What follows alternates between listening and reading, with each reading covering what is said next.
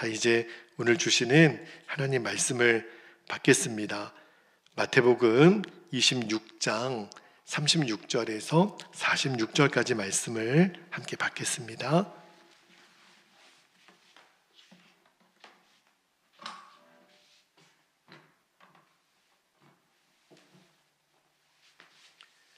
자, 36절에서 46절까지 한 절씩 말씀을 교독하여 받겠습니다.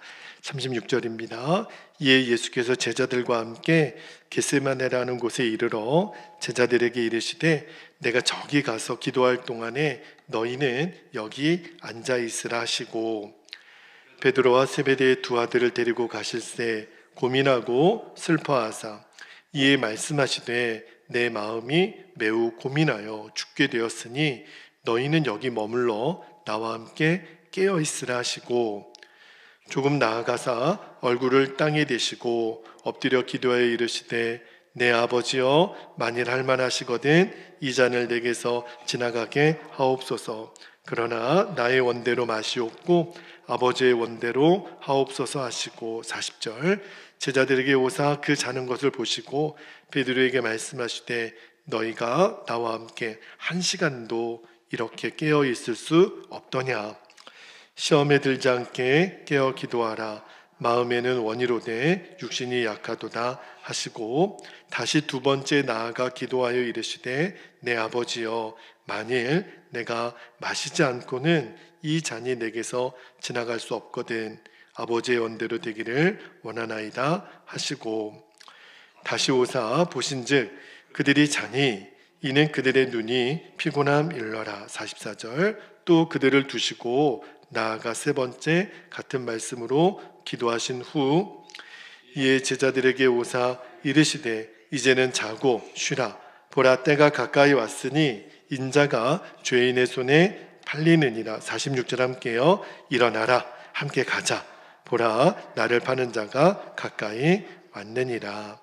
아멘. 하나님 말씀입니다. 오늘 2025년도 성금요일 예배 때 주시는 오늘 설교 제목이 예수님이 잠들어 있는 베드로에게 이렇게 말씀을 하셨어요. 한 시간도 이렇게 깨어 있을 수 없더냐. 오늘 설교 제목이 되겠습니다. 여러분 오늘이 성금요일이에요. 성경 시간으로 보면 오늘날 시간으로 이제 바꿔보면 예수님 오전 9시에 십자가에 매어 달리시고 3시에 이제 죽으시죠.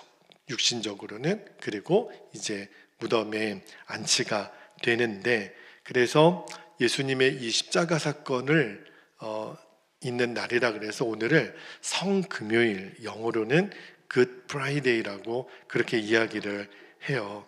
여러분 우리는 다 고난은 싫잖아요. 고난받는 걸 좋아하는 사람이 누가 있겠어요. 그런데 성경은요 한결같이 고난이 내게 유익이다, 복이다 이렇게 말씀하시는데 자 오늘 성금요일 예배를 통해서 어떻게 성경은 고난이 복이고 십자가가 복이 되는지 오늘 그 말씀을 여러분과 나누고 기도하겠는데 여러분 이제 오실 때 거의 해가 이제 거의 졌죠. 아직까지는 하늘의 별이 잘 안 보이겠고 오늘 예배를 마치고 이제 집에 돌아가실 때 하늘을 보면 하늘에 별이 보이실 거예요. 늘 우리가 보던 일이에요. 여러분 밤하늘을 쳐다보지 않아도 우리는 알죠. 밤이 되면 별이 보일 거다. 그렇죠? 근데 여러분 생각해 보면 밤이 돼서 별이 뜨는 게 뭐가 그렇게 대단한 일인가. 근데 여러분 이 밤에 별이 보인다라고 하는 게 굉장히 영적으로 중요한 의미가 있어요. 여러분 요즘은 우주과학이 발달해가지고요 우주의 실체에 대해서 이렇게 하나하나 드러나고 있죠. 그러나 여러분 인간의 과학이 아무리 발달해도요 빙산의 일각도 안 돼요. 우리가 우주를 이해한다라는 거는 여전히 우주과학을 하는 사람들이 보면 인간의 한계만 더 느낄 뿐이라고 얘기하잖아요. 그런데 그 엄청난 우주가 낮에는 잘 안 느껴져요. 그 밤에 펼쳐지는 별들을 보면 지구 말고도 저 우주에는 엄청나게 많은 별들이 있잖아요. 저는 그런 걸 보면 인간이 아무리 똑똑하고 아무리 뭔가를 할 수 있다고 해도 겸손할 수밖에 없어요. 저 우주를 지금 다스리시는 하나님, 우리가 알면 얼마나 알겠어요. 그죠? 그러니까 상상할 수 없는 그 세계가 우리와 지금 맞닿아 있잖아요. 그러니까 우리가 밤에 조금만 여유를 가지고 여러분 오늘 집에 가실 때 하늘을 한번 쳐다보세요. 와, 우리가 지금 엄청난 세계와 맞닿아 있구나. 밤이면 알게 돼요. 근데 너무 많은 사람들이 하나님, 사랑, 그런 게 어디 있어? 이 무신론자들은 하나님의 존재를 이해하지 않죠. 무신론자들의 그 또 대표적인 사상이 유물론이에요. 유물론이 뭐냐면 눈에 보이는 것만 실제하는 거다. 그죠? 그게 이제 유물론의 핵심인데 여러분 낮에는 밤의 별들이 안 보이죠. 그죠? 여러분 낮에 하늘의 별이 보일 리가 없어요. 해가 비치니까 낮에는 전혀 보이지 않아요. 그런데 그 엄청난 세계가 내 눈으로 똑똑히 보이고 내가 이것은 분명한 사실이야. 눈으로 보이니까 이거는 있어. 눈으로 안 보이는 것은 믿을 수 없지만 여러분 근데 그렇게 똑똑하다고 말하는 인간들이 내가 분명히 알 수 있다는 그 낮에는 말입니다. 그 엄청난 우주가 내 눈에 들어오지 않아요. 그죠? 밤에 분명히 실제하는 것을 알면서도 여러분 제가 왜 이 말씀을 드리냐면 정말 그 밤하늘의 우주가 낮에는 안 보이잖아요. 없는 것처럼. 그런데 캄캄한 밤이 되면 드러나죠. 우리가 평소에는 땅만 보고 사니까 그 하늘에 엄청난 게 있다라는 게 우리는 잘 느껴지지 않지만 그죠? 하나님이 계신 거야? 안 계신 거야? 말할 것도 없어요. 우리가 평소에는 생각을 안 하고 사니까. 그런데 희한하게도 많은 사람들이 편안할 때는 하나님의 존재에 대해서 잘 생각을 안 해요. 그런데 막상 내게 고난이 오면 정말 캄캄한 밤이 되면 하나님 그분이 드러나신 것처럼 우리가 고난이 오면 하나님이 계신 것을 알게 됩니다. 사람이 참 희한해요. 잘 나갈 때, 모든 일이 잘 될 때, 갖춰져 있을 때 그때는요 하나님을 안 찾아요. 세상 찾고 사람 찾고 세상 재미 찾고 할 일이 그렇게 많은데 근데 고난의 때가 되면요 누가 날 찾아오는 사람도 없어요. 전화해 주는 사람도 없고 가진 것도 없고 늘 혼자 남아있는 것 같죠. 그런데 그때 평소에는 낮에는 우리가 그 우주를 생각할 겨를이 없잖아요. 그런데 고난의 밤이 내게 찾아오면 그때 비로소 생각나는 분이 바로 하나님이세요. 아, 밤에 보니까 깜깜한 밤에 보니까 그 우주에 있는 별들이 보이는 것처럼 내가 내 인생에 낮과 같을 때는 하나님 그분이 전혀 눈에 안 들어오단 말입니다. 그런데 고난의 밤이 오니까 아, 하나님이 계시는구나. 내가 하나님을 만나야겠구나. 여러분 하나님이 우리에게 고난을 주시는 계획이 바로 그거예요. 고난을 통해서 하나님을 만나게 하기 위해서. 그러니까 고난의 때는 내가 하나님을 만나는 시간이죠. 그 도르트 쥘레라고 하는 독일 신학자가 이런 말을 했어요.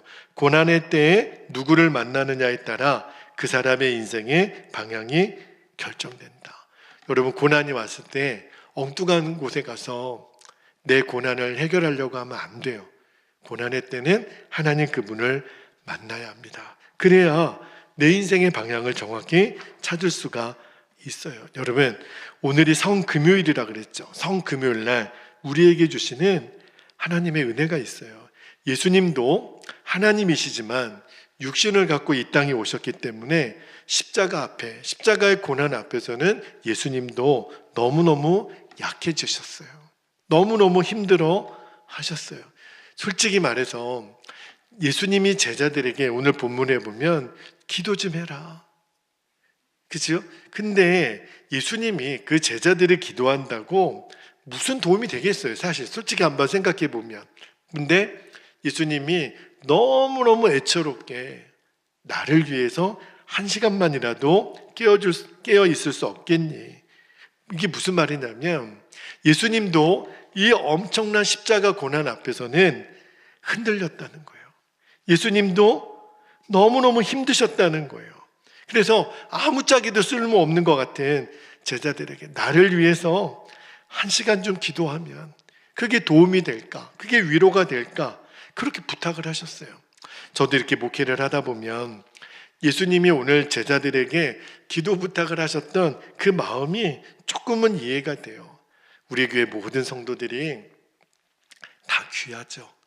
다 저에게는 정말 눈에 넣어도 아프지 않을 영적인 자녀들이죠. 교회를 섬기되 이 모양 저 모양으로 섬기는데, 그런데 다 귀하지만, 그런데 제일 위로가 되고 격려가 되는 것이 피곤해서 설교 시간에 졸지언정, 그죠? 저는 설교 시간에 조는 성도들을 보면 너무너무 예뻐요. 집에서 이불 깔고 안 주무시고 교회 와서 주무시는 모습 보면 너무너무 예뻐요. 그냥 이 자리에 계신 것만으로도 제게 말할 수 없는 위로와 격려가 되는데, 근데 더 큰 격려가 되는 거는 우리 성도들이 뜨겁게 기도의 자리에 순종할 때 보면, 예수님이 왜 겟세마네 동산에서 제자들에게 기도하라고 그렇게 말씀하셨을까? 그게 예수님에게는 위로가 되셨다니까요. 그만큼 지금 예수님이 얼마나 인간적인 분이셨나. 그리고 또 하나 깨달아지는 게 뭐냐면, 정말 예수님도 힘드셨겠구나.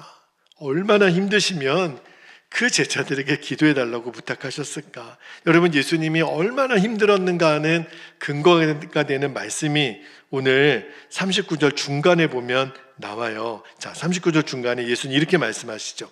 이르시되 내 아버지여, 만일 할만하시거든 이 잔을 내게서 지나가게 하옵소서. 이게 무슨 말이냐면, 하나님 저 지금 너무 힘들어요.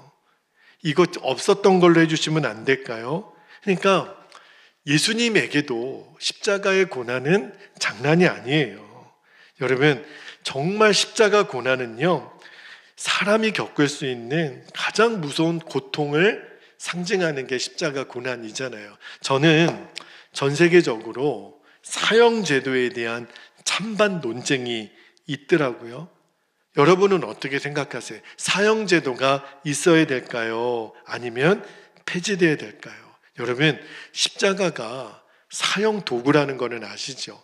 가장 잔악무도한 사람을 죽이는 사형틀이 십자가예요. 근데 여러분, 나중에 예수님의 수제자였던 베드로가 어디에서 순교하죠? 십자가에서. 거꾸로 매달려서 죽죠. 사도 바울은 어떻게 순교했죠? 목베임을 당합니다. 여러분, 근데 사도 바울은 왜 십자가에서 안 죽었는지 아세요? 십자가형이 너무너무 고통스러우니까 로마 시민권자에게는 십자가형을 줄 수가 없었던 거예요. 그래서 그 고통을 빨리 끝내게 하려고 사도 바울은 이 참수형을 당한 거죠. 그러니까 십자가형이 얼마나 고통스럽고 얼마나 잔혹한 형벌인가를 우리가 알아야 돼요. 그러니까 예수님이 이제 육신적으로는 십자가에 매달리셔야 되는데, 얼마나 힘드셨으면, 얼마나 내 마음이 어려웠으면, 그죠? 통곡하고 우셨다고 성경은 얘기하잖아요. 그런데 그렇게 우리가 인간적인 눈으로 보면 마음이 연약하고 힘들고 어려우셨던 그 예수님의 마음이 극복이 되세요. 언제 극복이 되냐면 이 겟세마네 동산에서 기도한 후에, 그리고 나서 예수님이 실제로 당당하게 십자가의 길을 가죠. 도대체 이 능력이 어디서 왔을까? 그죠? 분명히 예수님도 십자가 지시기 전에는 마음이 약해지셨다 그랬죠? 제자들에게 나를 위해서 기도해 달라고. 그리고 하나님에게 이 잔이 좀 지나가면 안 되겠느냐고. 그런 예수님의 마음이 언제 바뀌었냐면 이 겟세마네 동산의 기도가 끝난 다음에 바뀌었어요. 오늘 그 말씀을 좀 나누고 기도하고 싶은 거예요. 여러분, 우리도 십자가의 길을 꼭 가야 한다면 십자가의 길을 갈 수 있는 능력이 있어야 되잖아요. 그런데 그 능력이 어디서 나오냐면 겟세마네 동산에서의 기도에서 능력이 나오는 거예요. 그러니까 우리가 십자가의 길을 걸어갈 때 꼭 이 관문을 지나가야 됩니다. 겟세마네 동산에서 기도가 나의 기도가 되어야 돼요. 여러분, 겟세마네 동산에서 기도는요, 단순히 기도를 많이 하시라, 하루에 2시간씩 3시간씩 그렇게 기도하시라, 그것과는 조금 다른 차원의 기도예요. 겟세마네 동산의 기도는 십자가를 지게 하는 능력의 기도인데, 여러분, 기도가 다 똑같은 기도가 아닌 것을 먼저 아셔야 됩니다. 물론 어떤 식으로든 기도의 자리에 순종하면 귀하죠. 그런데 기도가 두 가지 기도가 있어요. 하나는 자아가 죽지 않은 사람의 기도가 있고, 또 하나는 자아가 죽은 사람의 기도가 있어요. 겟세마네 동산의 기도가 전형적인 자아가 죽은 자의 기도입니다. 거기에 하나님의 능력이, 십자가를 질 능력이 부어지는 거예요. 여러분, 예수님이 겟세마네 동산에서 기도하실 때, 자, 39절 여기 중간에 보면 이런 표현이 있어요. 얼굴을 땅에 대시고 엎드려 기도하여 이르시되. 엘리야는 하늘에서 비가 내리도록 기도하고 영적 전쟁을 할 때 엘리야는 어떻게 기도했죠? 머리를 무릎에 파묻는 기도를 드렸죠. 다리 사이에. 아마 저는 엘리야도 이 예수님처럼 아주 그냥 납작 엎드려서, 그러니까 이 기도, 이 표현이 여러분 그냥 스쳐 지나가지 마시고, 예수님이 얼굴을 땅에 대시고 엎드려 기도하셨다. 이게 도대체 뭘까? 한번 여러분 그 모습을 상상만 한번 해보세요. 우리는요, 사실은 옛날에는 교회 옛날 성전은 이렇게 의자가 없었던 성전이 많죠. 우리 어렸을 때만 해도 예배당이 그냥 바닥이고 방석 깔고 예배했던 그런 예배당도 엄청 많았어요. 특히 기도원 같은 데 가면 거의 그랬죠. 그러면 통성 기도하면 양반다리하고 기도하시는 분 거의 없으셨어요. 어떻게 기도했죠? 무릎 꿇고 기도했어요. 그리고 정말 통곡하고 엎드려서 기도하셨던 그런 우리 믿음의 선배들의 모습이 떠올려요. 근데 여러분, 예수님이 이 땅에 얼굴을 대고 엎드려 기도하셨다. 이거는 무슨 말이냐면 정말 예수님이 진액이 다 빠지는 간절한 기도를 드리셨다는 거예요. 그래서 실제로 이 부분을 평행 본문인 누가복음 22장 44절에 더 리얼하게 표현을 했어요. 자, 누가복음 22장 44절에 보면 이렇게 되어 있습니다. 예수께서 힘쓰고 애써 더욱 간절히 기도하시니 땀이 땅에 떨어지는 뭐같이요? 핏방울같이 되더라. 그러니까 여러분, 예수님이 겟세마네 동산에서 하셨던 기도는요, 정말 장난이 아니에요. 얼마나 이거는 생명을 건 기도였다라는 거예요. 그러면 도대체 예수님 무슨 기도를 그렇게 하셨길래 이렇게 간절히 기도하셨나? 자, 다시 오늘 본문의 29절 후반부를 볼게요. 29절 후반부에 보면 이렇게 기도하시면서 예수님이 내 아버지여, 만일 할만하시거든 이 잔을 내게서 지나가게 하옵소서. 그 다음에 제일 중요한 부분입니다. 그러나 어떻게 해요? 나의 원대로 마시옵고 아버지의 원대로 하옵소서. 굉장히 한번 30초 정도면 다 읽을 수 있는 분량이지만, 여러분 예수님의 이 기도를 잘 보면 우리의 기도랑 너무너무 다르다라는 것을 여러분이 아셔야 합니다. 뭐가 다르죠? 여러분, 우리들의 기도는 대부분 마지막에 어떻게 끝나는가요? 뭐뭐뭐뭐 해 주시옵소서. 그죠? 내가 원하는 대로 되게 해주시고, 그죠? 어려운 일이 가능하게 해주시고, 어떤 것이 이루어지게 해주시고, 그죠? 우리는 대부분의 기도가 해 주십시오. 그죠? 근데 오늘 예수님이 땅바닥에 얼굴을 대고 하셨던 기도, 땀방울이 핏방울이 되기까지 하셨던 기도의 핵심이 뭐냐면 내가 원하는 대로 되지 않게 해주세요. 여러분, 그런 기도 드려보신 적이 있나요? 우리들의 기도에 예수님의 이 겟세마네 동산의 기도가 없어요. 저는 한 번도 이렇게 되지 않게 해달라고, 내가 원하는 대로 되지 않게 해달라고 기도하는 대표 기도자를 본 적이 없어요. 물론 우리가 어떤 소원을 가지고도 간절한 눈물의 기도를 드릴 수 있죠. 그지요? 그런데 아직까지 우리들의 기도가 땀방울이 핏방울이 되는 그런 기도가 아직은 안 나와요. 나의 기도랑 예수님의 기도가 도대체 뭐가 다른가? 예수님의 기도의 핵심이 뭐냐면 내 뜻을 버리는 기도였다는 거예요. 이게 중요해요. 내용적으로는 짧아 보여도 예수님의 겟세마네 동산에서 예수님의 기도의 핵심이 뭐냐면 나는 죽었습니다. 내 자아가 죽은 자의 기도가 겟세마네에서의 예수님의 기도예요. 여러분, 우리는요, 내 뜻대로 되지 않게 해달라고 기도하십시다. 그러면 아멘이 안 나와요.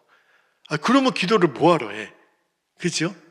우리들의 여전히 갖고 있는 기도의 한계가 뭐냐면, 기도는 내가 원하는 대로 하나님이 해주시는 거, 그게 기도 아니에요. 우리는 여전히 그런 생각이 굉장히 강해요. 아니, 내 뜻대로 되지 않게 해달라 그러면 그런 기도는 하고 싶지 않잖아요. 그죠? 굳이 하나님께 가서 내 원대로 마시고 그렇게 기도할 이유가 뭐가 있겠어요. 근데 이제 여러분, 우리가 오늘 정확히 아셔야 될 게 예수님의 겟세마네 기도를 통해서 기도가 다 똑같은 기도가 아니구나.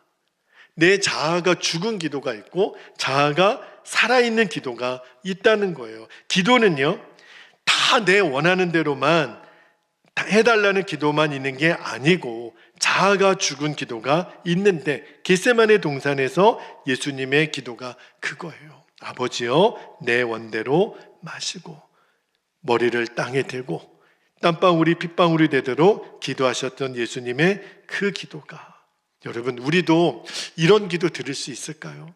내 원대로 마시고 내가 원하는 대로는 되지 않게 해주세요. 여러분, 신앙생활하면서 제일 어려운 게 뭐겠어요? 여러분, 내 뜻을 십자가에 못 박는 거 아닙니까? 우리는 다 내 뜻대로 되어야 만족을 하잖아요. 그게 우리의 본성이니까. 그런데 놀랍게도 예수님의 이 기도 속에 내 뜻대로 하지 마시옵고 여기에 진짜 하나님의 역사가 있다라는 것을 오늘 보여주시는 거예요. 여러분, 이 기도가 나오면 우리도 십자가 질 수 있는 능력을 얻게 되는 거예요. 이 기도 드리고 나서 예수님은 제자들에게 더 이상 기도 부탁 안 해요. 이제는 당당하게 십자가 지시고 가시거든요. 우리도 똑같아요. 언제 우리가 당당하게 십자가를 질 수 있을까? 언제요? 내 뜻대로 마시옵고 내 자아가 죽은 기도를 하나님께 드릴 때, 그때 비로소 내게 이 십자가를 지는 능력이 나타나고 나를 통해 하나님의 계획이 이루어진다는 거예요. 여러분, 하나님의 계획이 이루어지는 삶을 왜 모든 성도들이 살지 못하나? 그죠? 우리가 다 하나님의 자녀들인데 하나님이 우리에게 계획하신 일들이 다 이루어져야 되잖아요. 그런데 가만히 보면 꼭 그렇지만이 않다니까요. 하나님은 좋으신 하나님이시고 우리 가운데 계시지만 우리의 삶을 보면 하나님이 기뻐하는 뜻대로 우리가 쓰임받지 못해요. 왜 그럴까? 뭐가 차이가 날까? 하나님께 쓰임받는 성도와 쓰임받지 못하는 성도의 그 기준이 뭐냐면 그 사람에게 지금 겟세마네의 기도가 있는가 없는가. 한 번 더 말씀드리면, 하나님, 내가 원대로 내가 원하는 대로 되지 않게 해주세요. 내 자아가 죽은 기도가 드려지는 사람은 하나님 뜻대로 살고, 그렇지 않은 사람은 여전히 하나님 뜻을 못 찾고 헤매요. 여러분, 오늘이 성금요일입니다. 오늘이 지나면 고난주간 끝났네, 금식도 이제 끝났고, 그냥 여러분 행사처럼 절대 지나가서는 안 되고요. 오늘 밤에 저와 여러분이 진짜 기도를 배울 수 있게 되기를 축복합니다. 여러분, 우리는 다 소원이 있죠. 문제도 있죠. 그리고 오늘 밤에 하나님 앞에 정말 솔직하게, 여러분 그렇다고 해서 그럼 목사님, 내가 원하는 거 구하면 안 돼요. 그 말이 아니에요. 구하세요. 여러분이 원하는 거 구하시고 여러분의 문제가 해결되도록 구하세요. 그 기도를 하지 말라는 게 아니라 그 기도 플러스 우리가 정말 그러나 하나님, 제가 원했던 소원, 제가 해결받기를 원했던 문제가 그리 아니하실지라도 저는 하나님의 뜻을 구하겠습니다. 저는 제가 원하는 대로 되어지는 것을 십자가에 못 박았습니다. 그 기도가 드려지면 하나님이 비로소 저와 여러분의 기도를 진짜로 쓰세요. 여러분, 이 기도가 왜 중요한 줄 아십니까? 예수님이 그렇게 제자들에게 기도하라고 말씀하셨던 이유가 여기에 나와요. 그게 뭐냐면 내 자아가 죽은 기도를 드리는 이 기도가 실패하면 금방 시험에 무너집니다. 여러분, 실제로 겟세마네 동산에서 제자들은 기도를 실패했어요. 제자들은 쿨쿨 어떻게 했어요? 잤어요. 베드로가 어떻게 됐게요? 이 사건 뒤로요, 베드로가 혈기가 일어납니다. 예수님 붙잡으러 오는 그 대제사장의 종인 칼을 빼가지고 말구의 귀를 잘라버리죠. 그게 이제 빌미가 돼서 이제 결국 베드로는 나중에 어떻게 되죠? 예수님을 3번 부인하는 자리까지 가요. 진짜 기도가 우리에게 안 나오니까 계속 우리들의 인생이 헤매이는 거예요. 여러분, 우리가 새벽에도 나와 이번 고난주간 특세도 하고 이렇게 성금요일 예배까지 나와서 여러분들이 기도하시는 건 너무 잘하셨어요. 그러나 여기 여러분이 앉아있다는 것으로만 만족하지 마시고 하나님, 제가 진짜 기도자가 되게 해주세요. 그렇지 않으면 우리가 다 베드로 꼴이 되고 맙니다. 예수님처럼 나의 원대로 마시고 아버지의 뜻대로 되기를 원합니다. 이 기도가 진짜 드려지게 되면 그때부터 십자가를 질 때 당당해진다는 거예요. 왜요? 이 길을 가야 되는 게 분명하니까. 오늘 본문에 이 평행 본문인 누가복음 22장 43절에 보면 이런 표현의 말씀이 있어요. 누가복음 22장 43절에 보면 천사가 하늘로부터 예수께 나타나 힘을 더하더라. 이 43절 말씀이 나의 원대로 마시고 아버지의 원대로 되기를 원하십니다. 예수님이 딱 마음을 정하시고 나서 여기 보니까 천사가 와서 예수님께 힘을 더했다라는 거예요. 똑같은 기도가 아닌 거예요. 어떤 성도의 기도에는 예수님께 천사가 와서 그 힘을 더했던 것처럼 우리들에게도 어떤 기도자에게는 천사들이 힘을 더하게 하시는 기도가 있구나. 저는 우리 베델교회 성도들의 기도가 그리 되기를 축복합니다.